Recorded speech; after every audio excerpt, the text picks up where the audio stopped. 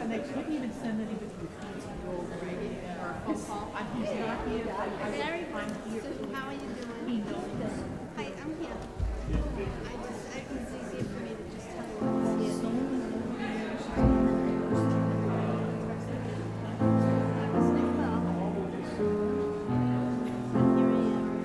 And they didn't tell me.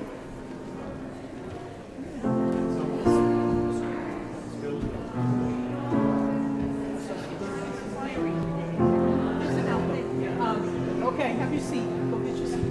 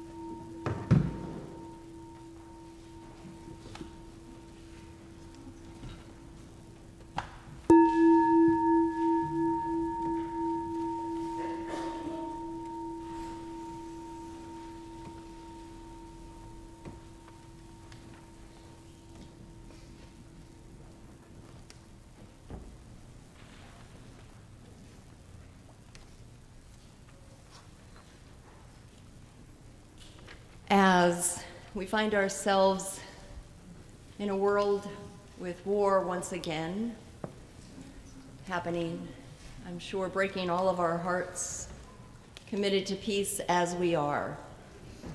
I invite us, before we begin our service, to take a moment or two and to just come together, to sit together as the sacred community that we are. Sit together welcoming all of our feelings, perhaps conflicting, and just allow ourselves to be here.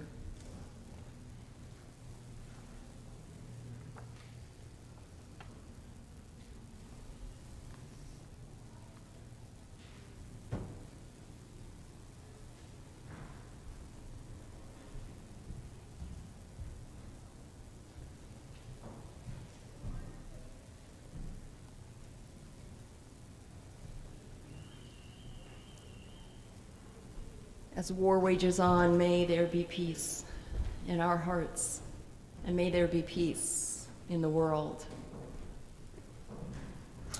We will be having a service this Thursday at 5:30. It's a service for peace. All are welcome. Feel free to invite any friends. It will be a time to come together, listen to some beautiful music. Everyone's invited to bring something that represents peace to you as we create a communal altar. And I'll offer a few words as well. Thank you.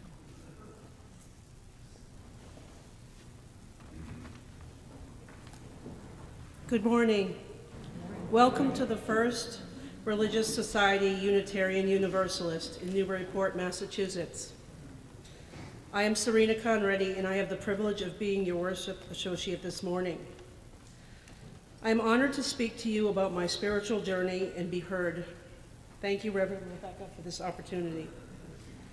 To prepare for this discussion on mindfulness, our theme of the year, interconnected in mantras today, I was excited to look through my library of books and notebooks. Over the last few decades, I have been a part of intense graduate-level courses, engaged in workshops with scholars and practitioners in the field, and taught Sufi dance and meditation classes. From this work, I realized my spiritual journey has been primarily a solo journey, coming together occasionally for things like Sufi camps and pujas, but mostly a journey in front of my altar, my practice, to find me. Now today, I love that this practice has brought me to be part of this group, FRS, a church that embraces all people. As some of you know, I came to become a member of FRS as a volunteer for the Mirzai family. I started with teaching the older girls English, but it quickly evolved. They are my family now. I love just hanging out with them, with you, Soma, sharing lessons that I shared with my own children who are now grown up and don't actually need my problem-solving skills anymore, who actually shun them. On a side note, it is one wonderful remedy for all you empty nesters out there: adopt a family of 11. I have always been a lifelong seeker. I grew up with an Islamic father and a Protestant mother. She took me to the Unitarian Church in Portsmouth when I was a child. Although I grew up identifying as Islamic, I was free to explore whatever practice I gravitated to. Today I'm going to share with you one of those practices I studied in great depth, a Hindu Vedic tradition called Sri Vidya. This practice in particular resonated with me because it was goddess-focused and many concepts were based in science, and my background's in engineering. For example, the image on the front of the service is called a yantra, which is a Sanskrit word for a diagram or map. It is a complex mapping of concepts about the connection between the personal and the universal. This symbol can be found in 2D and 3D, and it's used in goddess worship today. Each layer or intersection has a specific meaning. I won't get into all of that now. You could get a graduate level thesis in that. But let's say a simple description would be 108 intersections, and each one has a mantra representation or a chant, an aspect associated with the goddess, and a mapping to the chakras in the energetic body. and there is a specific order that you go through this diagram. But when studying this, in the end I realized this is just one of many tools used to just understand our essence. As Stephen Cope said in The Great Work of Your Life, yoga, Eastern philosophy, meditation, mindfulness, it's all a catalog of the methods that human beings have discovered over the last 3,000 years on how to find the self, on how to fire with all cylinders. One of the tools that we will cover in more detail later in the service is the power of listening or reciting Sanskrit mantras and letting the sound wash over you and still your mind, which will reveal the interconnectedness between oneself and our brothers and sisters everywhere. Thank you. So, if you are visiting us here at FRS today or joining us for the first time, a special welcome to you. Those online can find this morning's order of service via a link just below the live stream window. FRS is a spiritual community overflowing with ways to get involved and to get to know people. Please take a moment to look through your order of service booklet to see activities for the week, and be sure to sign up for our weekly Steeple newsletter on the website if you haven't already. We have moved our annual auction to the fall, November 17th, which is 5 weeks away. Mark the date in your calendars and join us at the Grateful Gathering, the FRS auction. We are now asking for donations for the auction. Can you host a dinner party or an event in your home? Do you have a unique experience or service you can offer? Something to teach others? Tickets to events? Do you have a vacation home? We are looking for experiences that create fellowship among us, as well as just nice things to bid on. There will be a donation sign-up table after the service, and you can sign up online in the steeple and at the FRS website. Thank you. It is good to be together.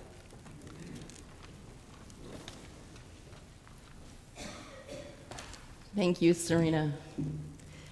It is good to be together, and it's beautiful to have you here with us. Speaking of auctions, we had our auction dinner last night, and it was so much fun. And I shared with the choir, and I'll briefly share with you that one of the guests who was with us said, yeah, someone said to me, so what church do you go to? And I said, the Unitarian Church. And the person said, oh, that's the place where you can believe that God is anything you want her to be. And I said, what? It was beautiful. So it's beautiful that there's lots of themes of the feminine in our service today. I also want to share that it's a lot of fun, these auctions, and fun to think of the things you might want to contribute. We all have things to offer. So for example, you can win the right to write your own sermon and deliver it from the high pulpit. No more you telling me what to say. You get to write it and come up. Or be minister for the day and find out what it's like to be the minister of our church. So I do want to also invite everyone here today this morning to join us downstairs after the service for our Justice Sunday. There's soup and salad, and we'll be having conversation with our AIM, or Accessibility and Inclusion Ministry folks. Let us move into worship. Our call to worship this morning is taken from the Upanishads, this particular one from the Ishna Upanishad. The self is one, ever still. The self is swifter than thought, swifter than the senses. Though motionless, it outruns all pursuits. Without the self, never could life exist. The self seems to move, but is ever still. It seems far away, but is ever near. It is within all and transcends all. You are faithfully called to worship. Let's rise in body or spirit and join in our opening hymn in our Teal hymnal 1008, When Our Heart is in a Holy Place.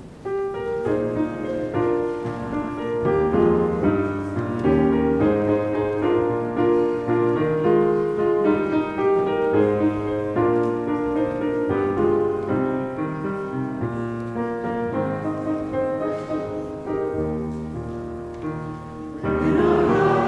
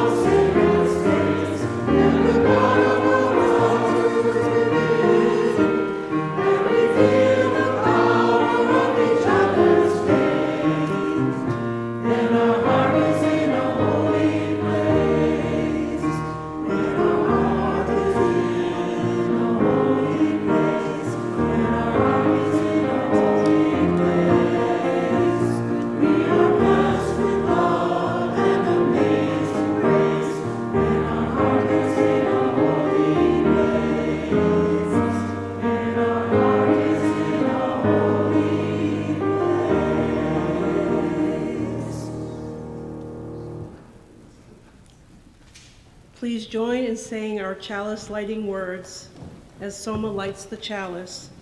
The words can be found in your order of service.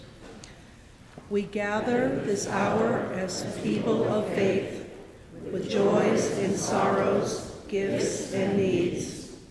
We light this beacon of hope, sign of our quest for the truth and meaning, in celebration of the life we share together.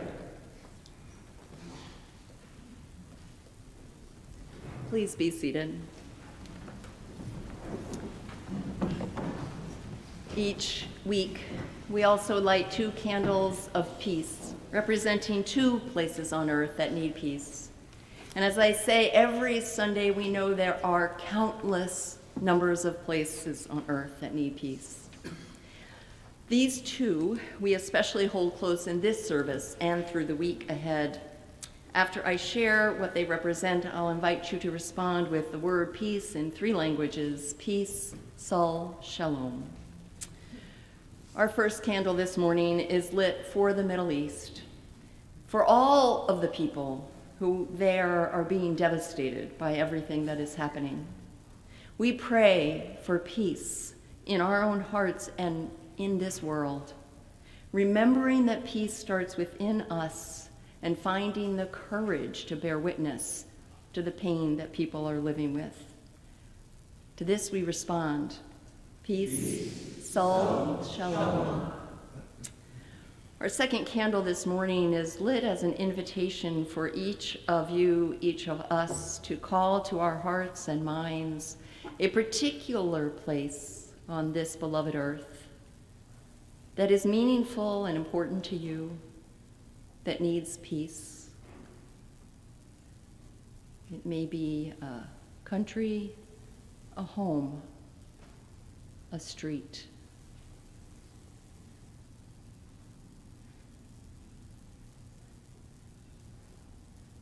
May all of these places somehow find and know peace. To this we respond, peace, sol, shalom.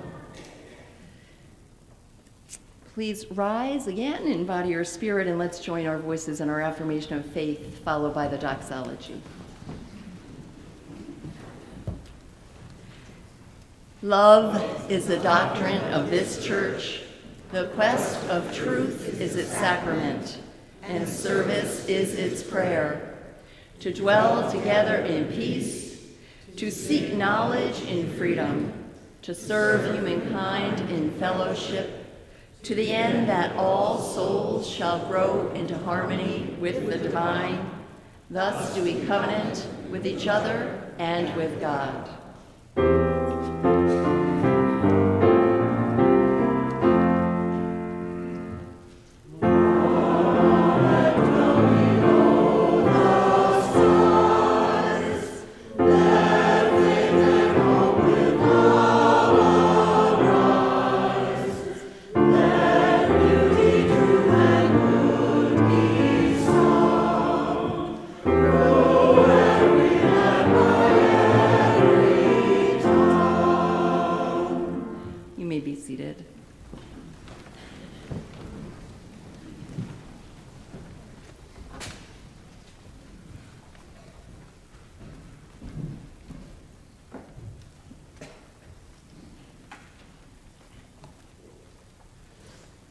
The generosity of our community is an essential ministry that supports the work of our church, both in Newburyport and beyond. Each week, 50% of the Sunday offerings not designated as a pledge goes to a local community partner engaged in important efforts to transform our region. The October shared collection goes to support the Greater Newbury Pet Fund, serving Newburyport, West Newbury, Amesbury, Salisbury, and Rowley. 100% of the donations go to our elders with their pets. Imagine the pain of having to surrender your animal, best friend, because you couldn't afford food or veterinary care. It's just not right. Please support our deserving seniors, neighbors, and their loving animals. In a moment, the ushers will circulate through the aisles to receive your gifts. To give online, you can use the link in your order of service. or below the live stream window. And of course, you can always mail a check to the church as well. Thank you. The offering will now be gratefully received.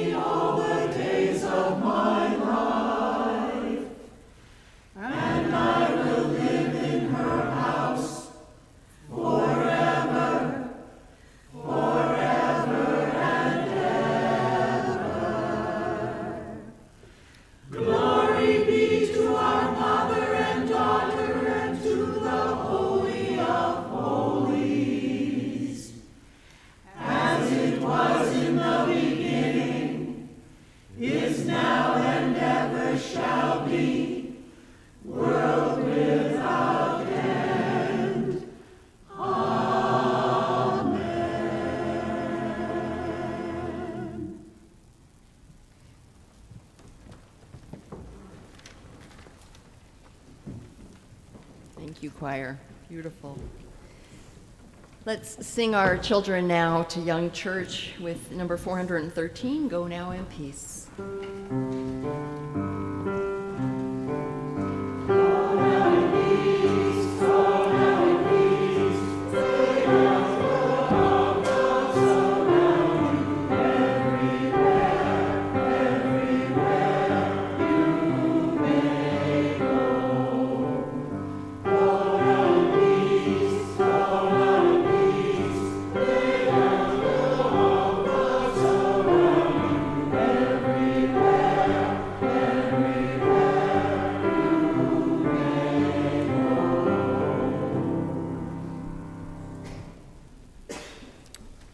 That time in our service each week where we pause to lift up the joys and the sorrows of our beloved faith community, the celebrations and the milestones. This morning, we hold Donnie Rogers in our hearts and our minds and prayers as his mother, Dottie Moore, is turning 100 years old on Tuesday and is also in rapid decline and failing health. So he went on his way yesterday, and that clock is not set, so I'm going to hold this clock. We all need each other so much. Donnie is a miracle worker. Anyway, we hold Donnie and his whole family in our loving thoughts and prayers. Kate Day also asks that we remember, for those who remember her parents, Bea and Paul Day, the family now has a memorial bench just east of Cashman Park with their favorite views of the bridges and the river. They loved this spot, she writes. So longtime FRS members may enjoy a moment, or any of us, to sit there and to enjoy the view and to keep this beloved family in our thoughts. Anita Wright excuse me, that she's asking for good wishes and cheers for the New York Liberty in today's do or die basketball championship. Thank you, Anita. And I think I need to get out more because I read that and thought, what is that? This is revealing that I need to watch more basketball. And we light this morning a final candle as we do each week for all of the joys and worries and sorrows in our hearts. Though unspoken, they are held in just as much love and care. Thank you, Betsy.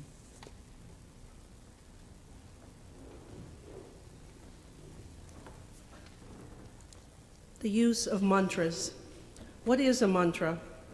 It is a Sanskrit chant. It is about the sound itself, not about the translated meaning. The vibration it creates within you as you repeat or listen to it. It stills the mind. For me, quite simply, a mantra is a tool used to cultivate silence of the chattering mind. The mind that tells stories all day, interpreting everything around you, consciously and unconsciously. This is mindfulness, to still that chatter. When you silence the mind, even for a moment or two between two thoughts, you become the witness. In the space in between the thoughts, you are one step removed from your thoughts. You are not the thoughts, because you are witnessing them. In those moments, you glimpse a deep knowing, this knowing that your consciousness has connected to all living beings. In this state, in this vibrational state, you are more aligned with the universe. This is the result of mindfulness. We will now listen to a mantra entitled Kashi Vishwanath Ganga for 4.5 minutes. I invite you to close your eyes and feel the sound in your body.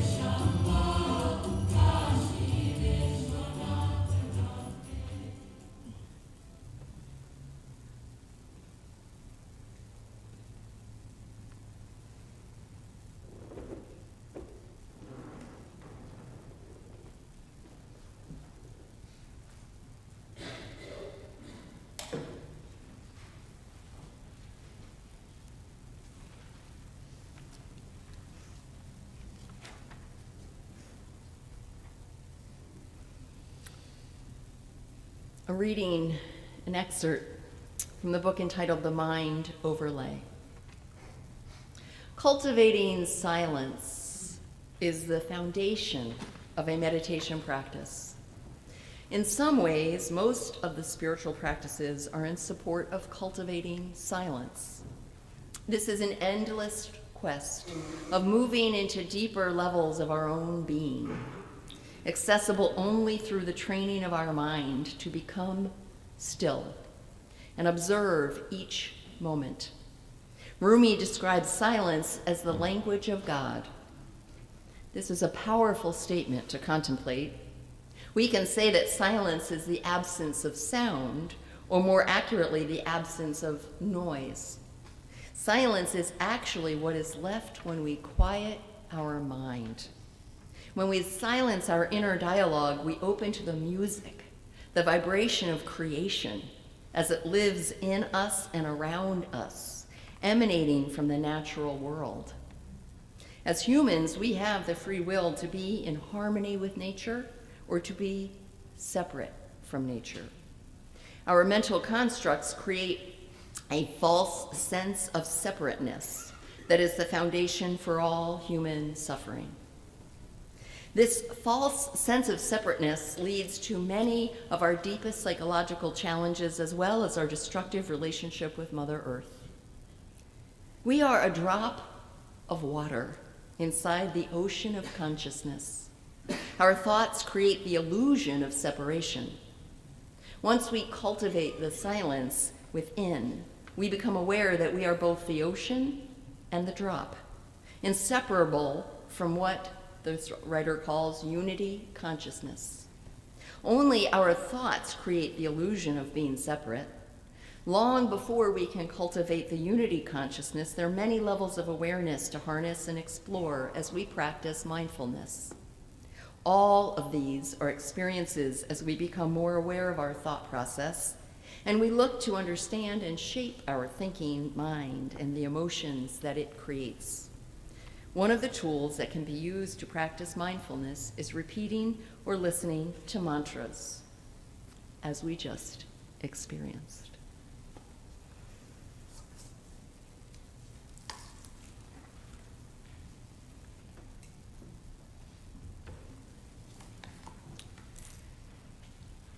I first heard the term axis mundi this summer from Reverend Craig Barnes while I was at the Chautauqua Institute. He described it using T.S. Eliot's phrase as, or defined it using T.S. Eliot's phrase as, the still point of the turning world. Axis mundi. He was sharing and explaining that as pastors, using his language, an important part of our modeling and role is to help us all experience and know how to connect to that place, the still point of the turning world. My ears immediately perked up, as did my heart. I know that place, I thought to myself, though I didn't know the word. It's home. Reverend Barnes went on to talk a bit more about the axis mundi and how it's interconnected in different cultures and relations across time, different religions, different disciplines. It's a symbol of the axis between heaven and earth. So again, words, please.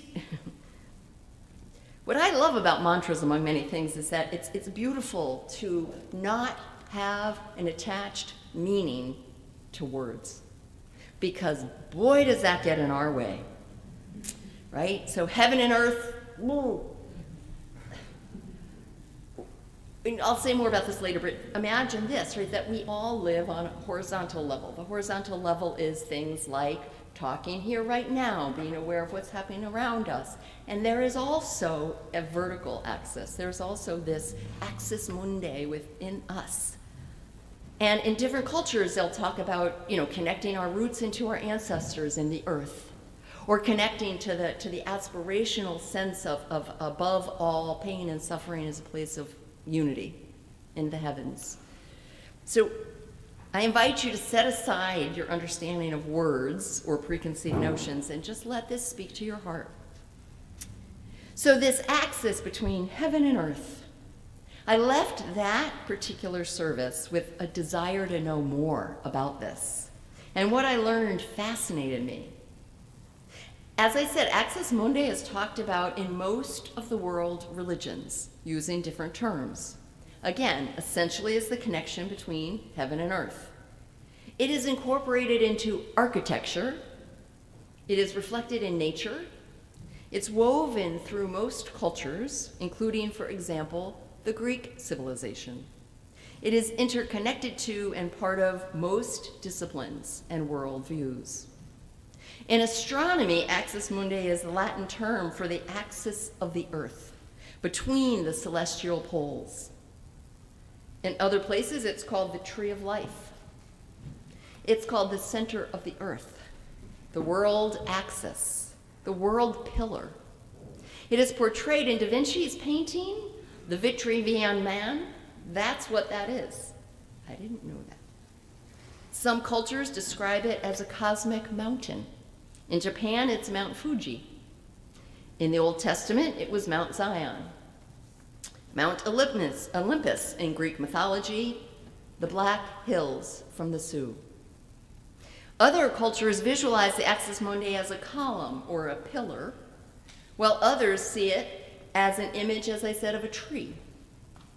Hindus call it the fig tree in the Upanishads, while in Buddhism it is the Bodhi tree under which the Buddha attained enlightenment. It has been explained that the tree is understood to be the reconciliation of macrocosm and microcosm. It's interesting to study, very interesting, how this axis mundi shows up in various religions and cultures. The question, however, really, at least for this moment in time, is why does that matter? What does it have to do with interconnectedness and mindfulness? What does it have to do with our day-to-day lives, other than being potentially intellectually very interesting? And if it matters, how do we find it and experience it ourselves? That's why I'm bringing it forward. It matters, according to Craig Barnes, T.S. Eliot, and many, many others, because, and now I'll use my words, because we all are revolving around something. All of us in our lives are revolving around something. Walt Whitman said everyone worships something. Again, there are various ways to articulate this. Our lives may revolve around fear, materialism, concern about external situations. Our lives may revolve around a person. These things, all of which are part of our conscious and unconscious mind and belief system, can be inherited. How many of us learn, oh, I'm responding exactly the way others in my family had responded. They can be intentional, largely and often until we really bring awareness to it, part of mindfulness. They aren't necessarily something we're aware of. Belief systems, including our axis mundi, what we're revolving around, can be helpful and they can be not so helpful. So I encourage all of us to just sit with and be curious and watch yourself with that observing mind. What is it? Or probably many things, but what are the things I am revolving my life around? Avoiding pain, doing good, helping people, looking good, feeling good, a particular person we think we can't live without. The challenge with revolving our lives around, and again, think of this as a core. This is not what is important and matters. This is about what literally my meaning and my days and my life revolve around. The challenge with revolving our lives around fear or ephemeral things, things that will pass, including a person, or anything other than the truth within us is that they will all at some time fail us or leave us. And this is very much of a both and. This is in no way am I saying that these things are not also important. Doing good, loving people, caring and loving and be devoted to a human being or many, to this church, right? All those things matter so much. And as a dear friend of mine said to me, we are born alone or within ourselves. We are born and we die that way.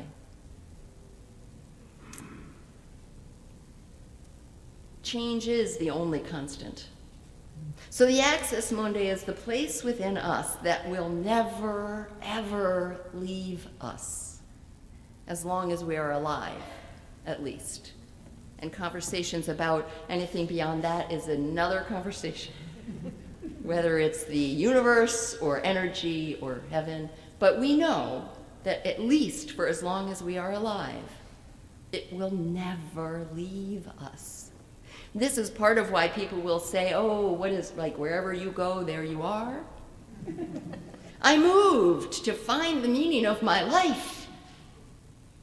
And then I moved again. Then I moved again. Because it's most of all inside of us. It is the place that will never leave us as long as we are alive. It is always present. This is the good news. It is always there. It is accessible and it's unblemished. No one can wound this or hurt this to the point that it cannot no longer be whole. It's the resonance of our true self. Some people call it our soul. The Access Mundi is also called the deeper self, the no self, the transcendent self. Even in psychology today, internal family systems, which understands humans as a complex web of interconnected parts of ourself, calls it the self, with a capital S. Again, the key is to be able to access it, feel it, become conscious of it, and return to it again and again as we also live in and amongst our life and all the other things that matter. And paradoxically, and I said weeks ago, paradox is a hugely important mindset to actually live in a deep appreciation of interconnectedness, right? It's that multiple truths coexist. Paradoxically, the deeper and more genuinely we connect with our internal Access Mundi, the more we are connected to others and the world around us. I didn't always know I had an Access Mundi. I certainly didn't know how to connect with it. I also didn't believe there was a part of me or a place within me that no one and nothing could harm. Finding that took decades. Many paths leading to this ultimate connection. It is well worth everything it took. And I'll share just briefly a turning point in my own journey. About 4 years ago, I had injured my back and needed to take a break from the yoga I'd done for decades, which was more of sort of a power yoga, because I revolved myself around beliefs in particular cultural beliefs. And so because I couldn't do that, I began to explore Kundalini yoga. Now this yoga includes breath work, the use of sound, mantra, hand gestures, which are mudras. It doesn't really burn many calories, most likely. And again, my revolution at that time was much more about external things.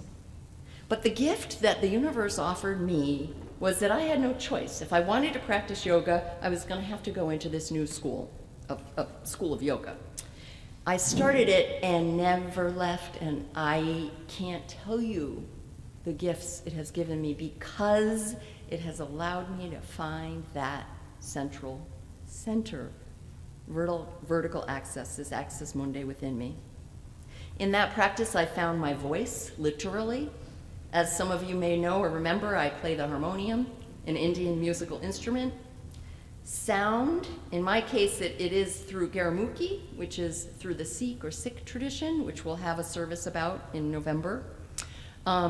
Words I didn't understand the meaning of, the sounds that have brought me to a place of love and connection and joy that is hard to put words to. So again, the vertical dimension.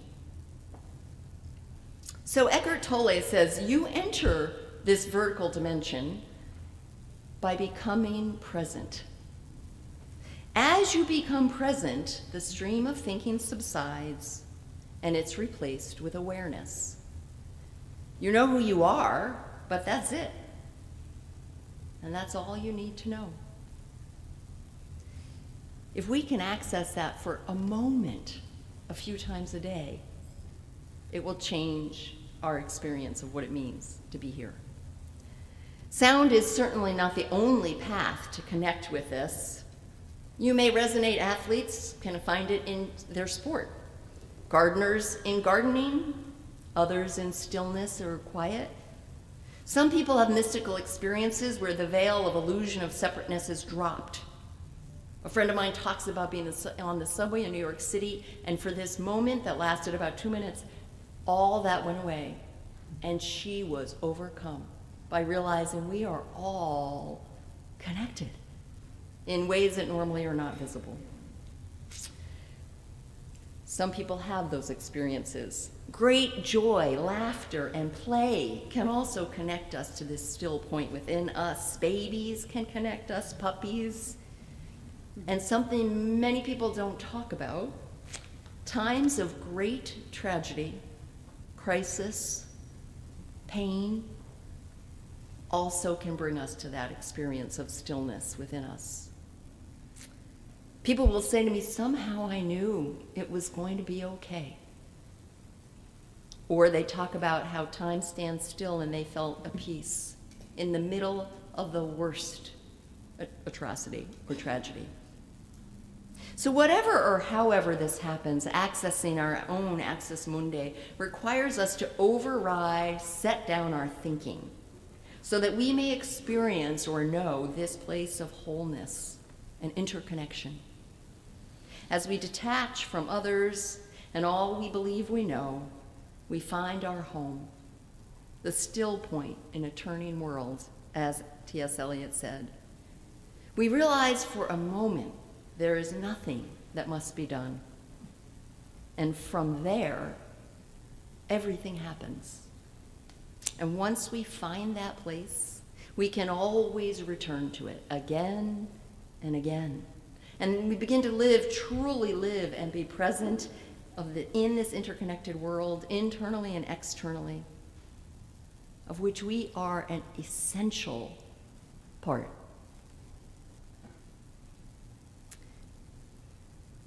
In that moment of connection, we realize there's nothing to be done, and everything happens. May it be so. Amen. I'm going to invite us to do our closing hymn differently, which is to stay seated. And let's sing together again in the Teal hymnal, Return Again, hymn number 1011.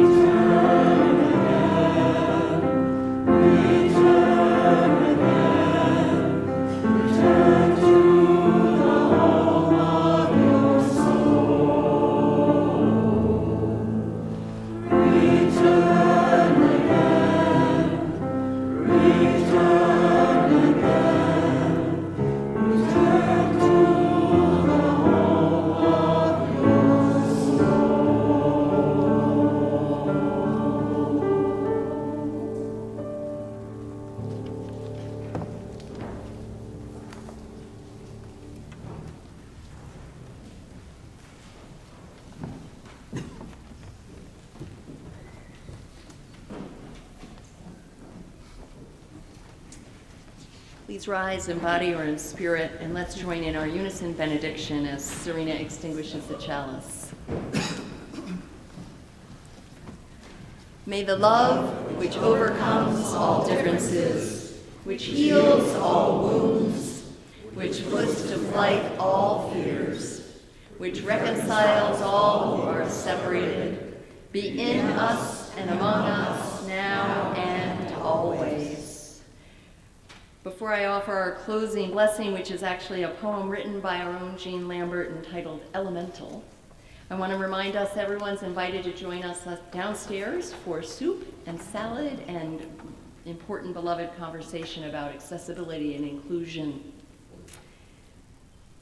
And may we all take that connection, even for a moment, of the still point of this world, knowing we return to the rest of all that is happening in our own lives and in the lives of the world, the pain, the war, and we bring it a drop of peace, and we act with courage. Elemental. It has to do with texture, that I know. The thrill of robust coffee savored at first light, or earthy redolence floating on morning rain. Afternoon sun gold, plain the leaves just so. Late summer cicadas chorus filling the evening air. An impeccable crisp smoothness at night. Yet it expands beyond the senses and in sure opposition to the dark tapestry the world presses on us. So much noise, a reckless pace, brash vileness, foundering truth. It engenders a blissful fabric of life, the weave of our days rich in layers deep with feeling, a gentle bond with other and self, peace entwined in each breath, holding close to the moment, relishing, oh, cherishing what matters. Go in peace, my friends, and return again in great joy. Amen and blessed be.